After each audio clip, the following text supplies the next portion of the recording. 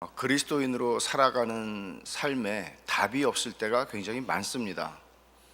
답이 없다는 말은 답이 없어서 없는 것이 아니고 이게 하나님께서 어떤 목적과 어떤 이유로 나에게 허락하시는 일인가 도무지 깨닫기 어려운 일들이 우리 인생에서 일어난다는 것입니다. 우리는 성경에 있는 욥을 들지 않더라도 우리는 성경에 있는 많은 인물들을 통해서 이런 일들이 있다는 것을 알고 또 우리의 삶에서도 마찬가지입니다. 한 신학자는 이런 식으로 표현을 했습니다. 그리스도인이 된다는 것은 답 없이 살아가는 것을 배우는 것이다. 답이 있기 때문에 우리의 인생의 모든 것들이 딱딱 떨어지는 삶이 아니라 그 답은 하나님께서 우리 인생을 다 살게 하신 후에 하나님을 뵙게 할 때에 다 해결될 문제들인데 그동안은 우리가 그날을 기다리며 하나님을 신뢰함으로 답이 없지만 살아가는 것은 답이 없지만 답 없는 인생을 뭐하러 살아?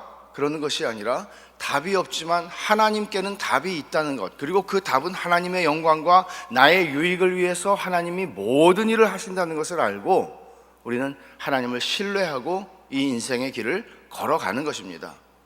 비록 어둡고 깜깜하고 안개가 자욱하게 껴서 앞이 안 보일지라도 우리 인생에 그런 때가 있죠. 그런 때에도 역시 우리는 믿음을 가지고 그 길을 걸어가는 것입니다. 요셉의 삶이 그런 것을 우리에게 잘 보여줍니다. 여기서 중요한 것은 무엇인가 하면 자기 중심으로 생각하면 정말 헤매게 된다는 사실입니다. 하나님을 믿고 그 믿음으로 깜깜한 길을 걸어간다는 것은 어떤 의미인가 하면 하나님 관점으로 생각한다는 것입니다. 이게 도대체 내가 뭘 잘못했길래 이래? 이런 게 아니라 하나님께서 어떤 선하신 목적을 가지고 내 인생을 이런 자리에 두셨으니 내가 이 시간이 얼마가 될지는 모르나 이 시간을 내가 잘 견디고 하나님께서 내게 베푸실 것들을 기대하며 장래에 베푸실 은혜를 기대하며 이 길을 걸어가겠다 하는 것입니다. 오늘 사경의 마지막 말씀으로 우리가 요셉의 생애 뒷부분을 우리가 좀 살펴볼 텐데 이 사람의 인생을 한번 돌아보십시오. 17살에 형들에게 팔려서 애굽으로 붙잡혀가서 노예가 되었던 하루아침에 이스라엘의 아버지가 이스라엘이죠, 야곱. 그 집안의 왕자같이 여김을 받았던 사람이 하루아침에 애굽의 노예로 전락해버렸습니다. 감옥까지 갔습니다. 이 젊은이가 살아온 길을 보면 이 젊은이가 좋은 심성을 가지고 좋은 인품을 가진 사람으로 자란다는 것이 정상적이겠습니까? 어쩌면 요셉 같은 사람은 그래, 난 이런 인생을 살았기 때문에 나는 이 모양일 수 있어, 자기를 정당화할 수 있는 것이죠. 자신의 매우 좋지 않은 성품과 이런 것들을 나 그래 이렇게 살아왔으니까 나는 이렇게 해도 돼 라고 말할 수 있는 그런 사람입니다.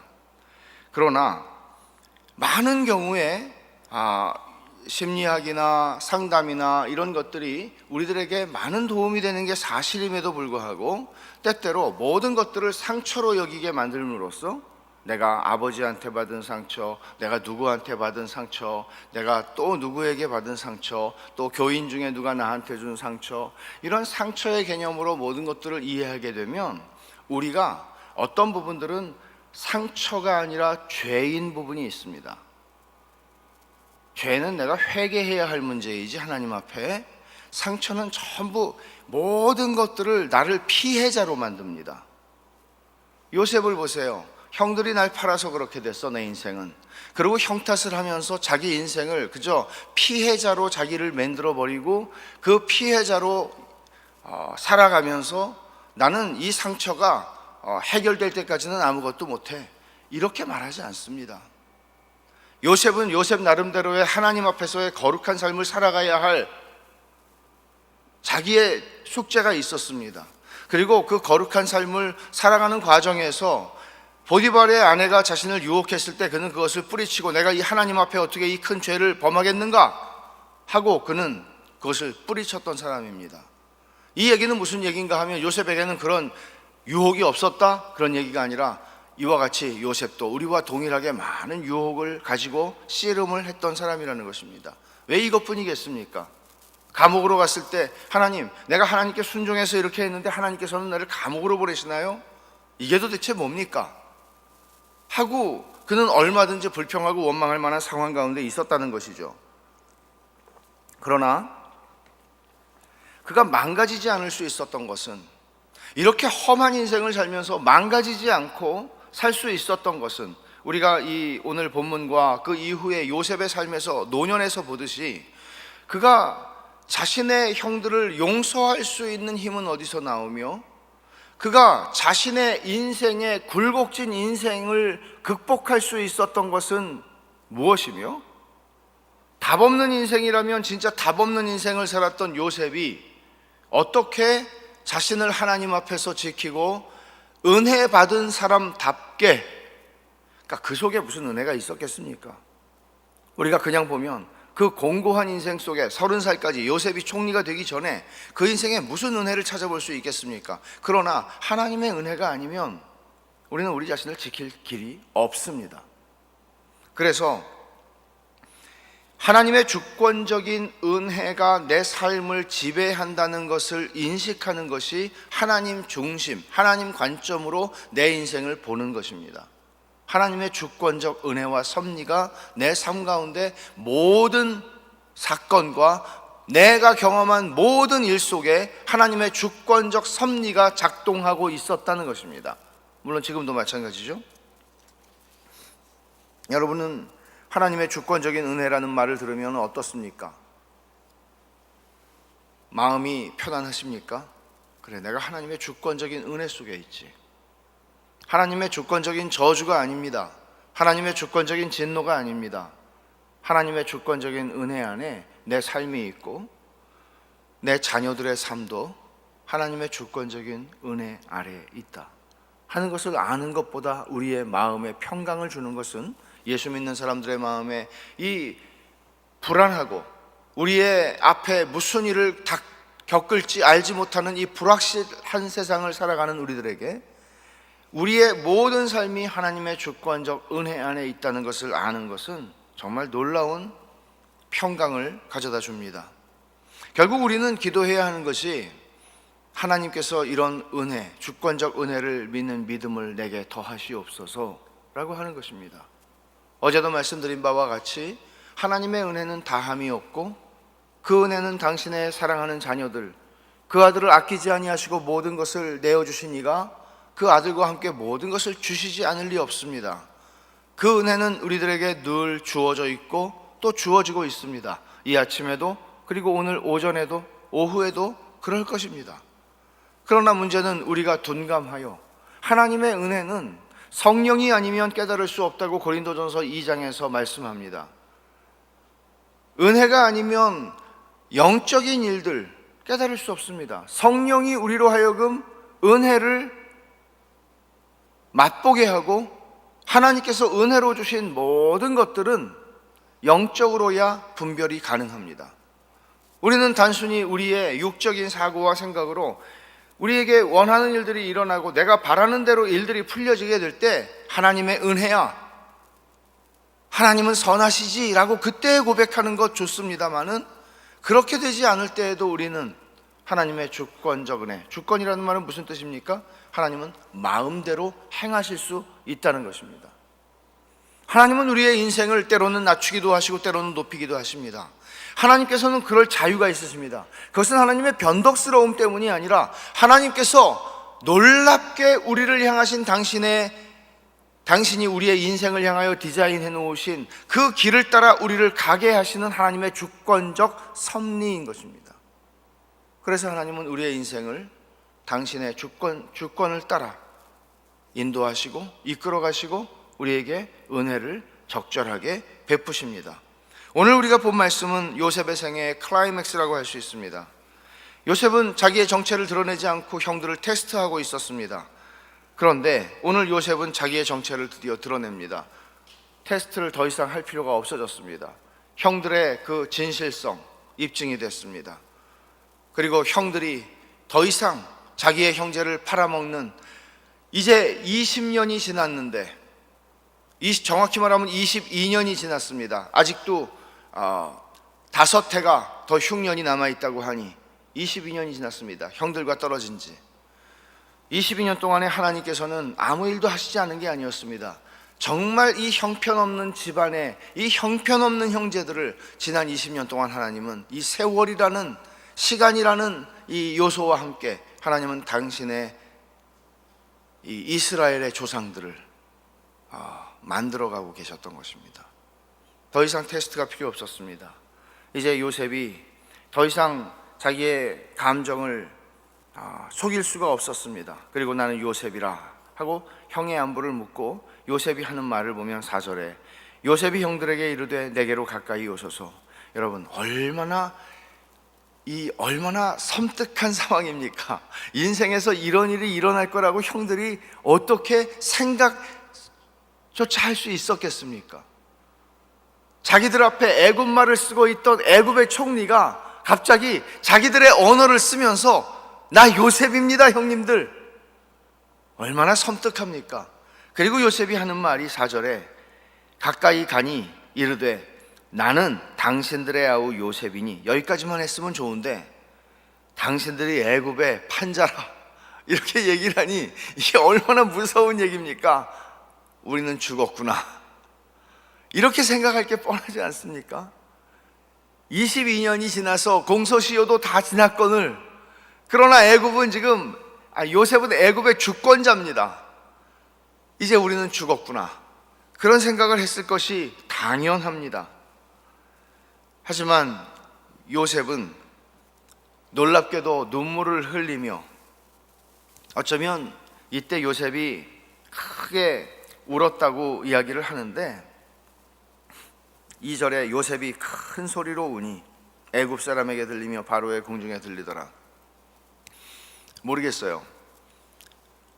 17살 때 노예가 됐을 때 밤마다 울었는지 베개를 적셨는지 모르겠어요. 근데 아마 그냥 추측건데 이렇게 울어본 적이 없을 만큼 참고 참았던 눈물을, 울음을 터뜨리지 않았을까 하는 생각이 들어요. 세면을 다 뒤로 하고 애굽의 총리가 큰 소리로 울고 애굽 사람들이 다 들을 만큼 운 거죠. 무슨 얘기입니까? 하나님이 우리의 죄를 다루세요. 22년 된 죄죠. 우리가 그리스도의 심판대 앞에 설 것이다. 신약성경은 늘 그렇게 말합니다. 그 말은 하나님이 우리의 죄를 우리의 행위대로 물으셔서 우리를 심판하신다는 말이 아닙니다. 예수님이 다 이루셨다고 하고 예수님을 믿을 때 예수님의 의로움이, 완벽한 의로움이 모든 믿는 자에게 전가되고 모든 믿는 자의 죄악이 예수 그리스도에게 전가되어 예수님은 십자가에서 나의 죄를 위하여 십자가에서 모든 하나님의 진노와 율법의 저주와 형벌을 다 남김없이 받으신 겁니다. 그러므로 우리들은 이제는 하나님 앞에서 영원히 변치 않는 하나님의 자녀의 신분을 얻은 것입니다. 그러나 그리스도의 심판대 앞에 서게 된다는 것은 바로 어느 날 우리가 주 앞에 서게 될 때 하나님께서 우리의 모든 것들을, 우리는 생애를 살면서 하나님의 은혜를 받은 자로 살면서도 많은 것들을 잊어버리고 살 것입니다. 그리고 우리는 내가 원하는 삶을, 나 이제 구원받았으니까 내가 원하는 삶은 마음대로 살아도 되라고 생각할지 모릅니다. 그러나 우리가 주의 심판대 앞에 섰을 때, 여러분, 요셉이 지금 형들을 그래, 너희 중에서 시므온이 제일 나쁜 놈이야, 너 이리 와봐, 이렇게 하지 않습니다. 모든 것을 용서합니다. 요셉은 마치 구약 성경에 예수 그리스도의 그림자로 등장하는 인물들이 있지만 요셉처럼 이렇게 예수 그리스도의 모습을 놀랍게 보여주는 인물은 없습니다.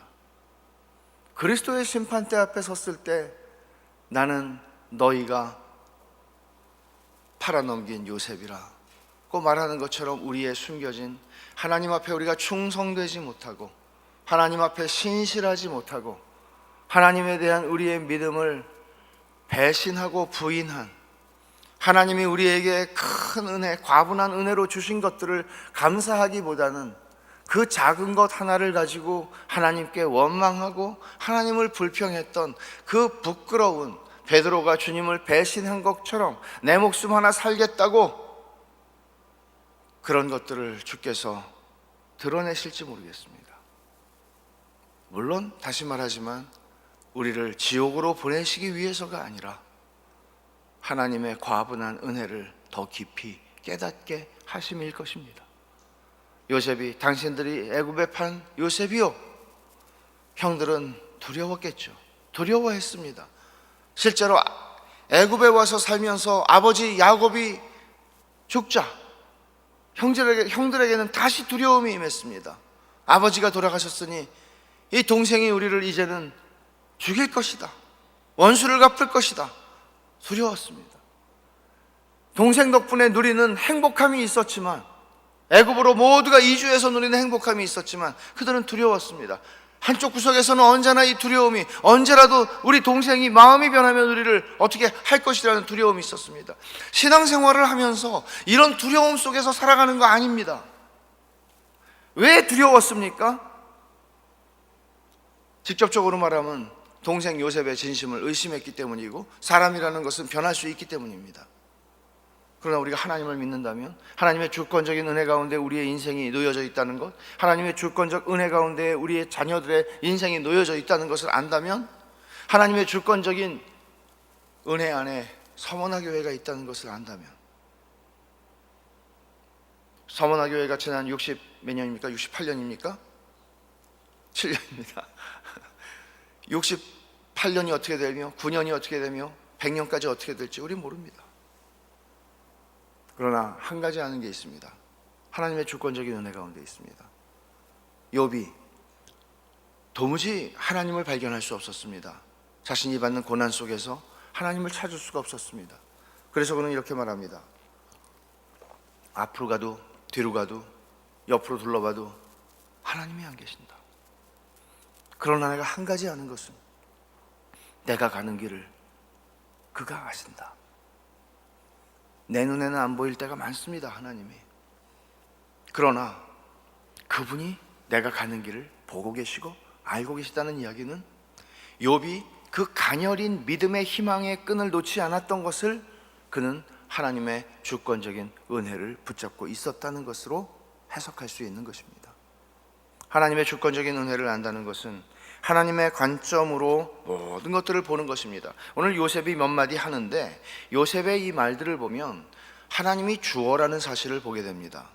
자, 볼까요? 4절에서만 당신들의 아우 요셉, 당신들이 애굽에 판자요 라고 말하고 나서 5절에 보면 당신들이 나를 이곳에 팔았다고 해서 근심하지 마소서, 한탄하지 마소서. 하나님이 생명을 구원하시려고 나를 당신들보다 먼저 보내셨나이다. 주어가 하나님입니다.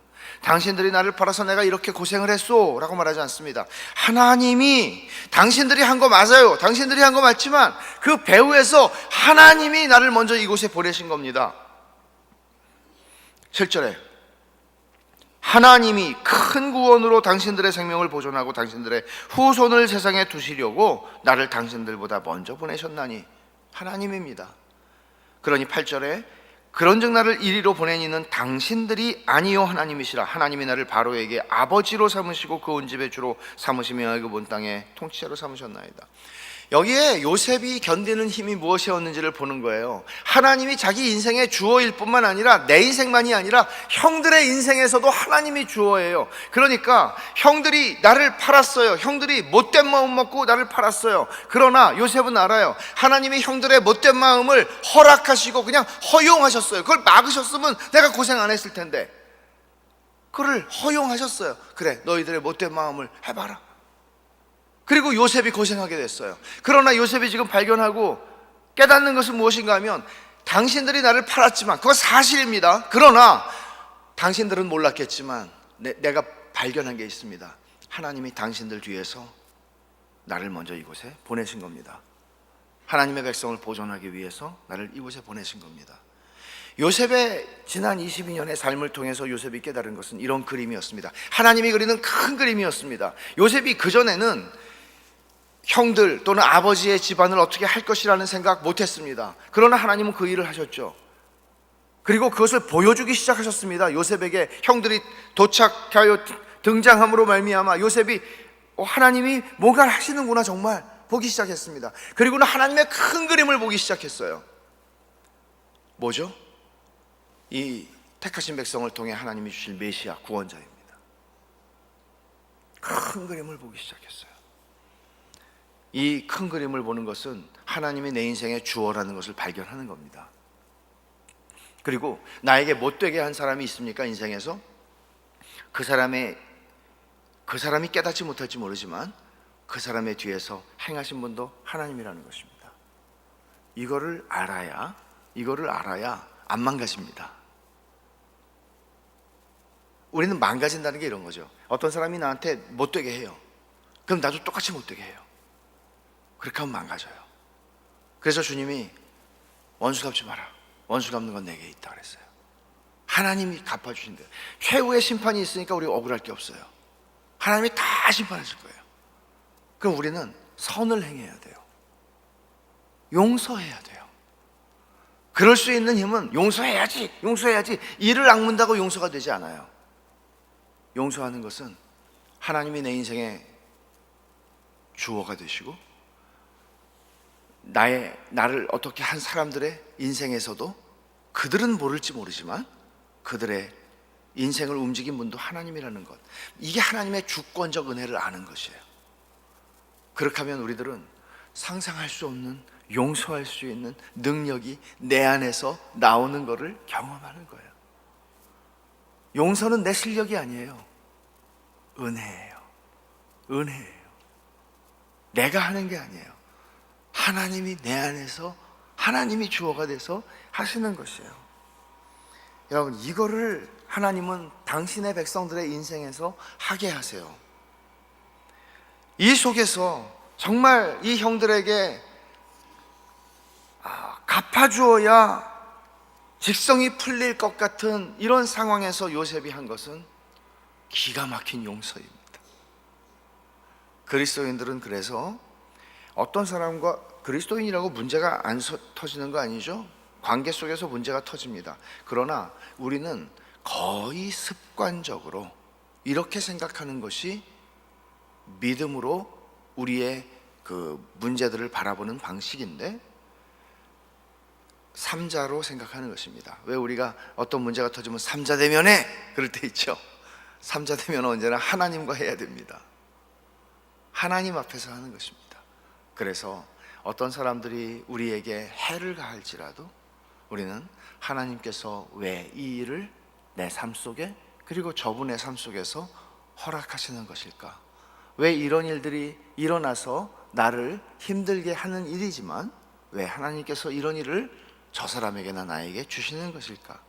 이렇게 생각을 하는 것이 그리스도인들이 믿음으로 우리 안에서 일어나는 모든 관계의 문제를 바라보는 방식이어야 합니다.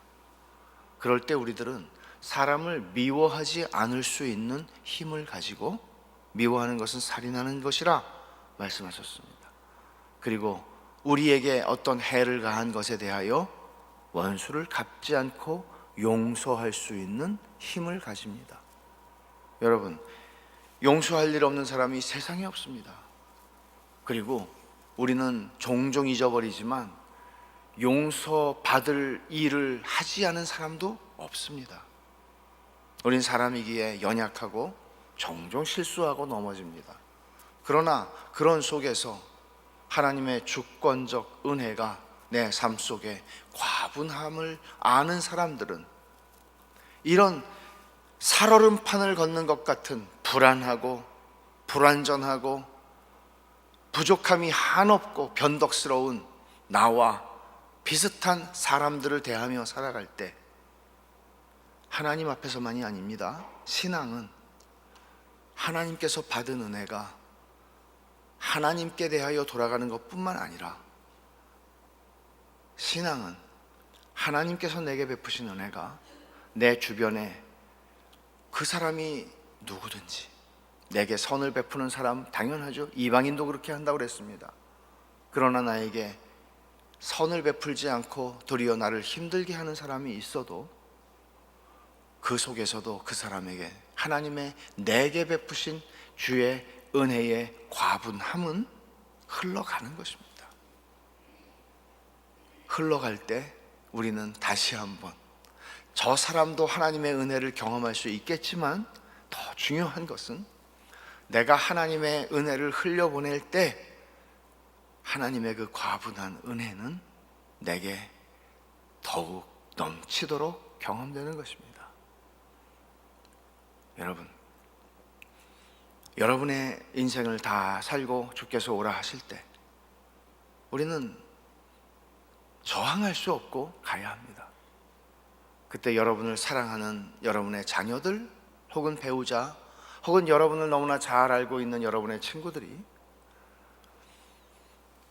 이 사람의 인생은 하나의 단어로 설명할 수 있습니다.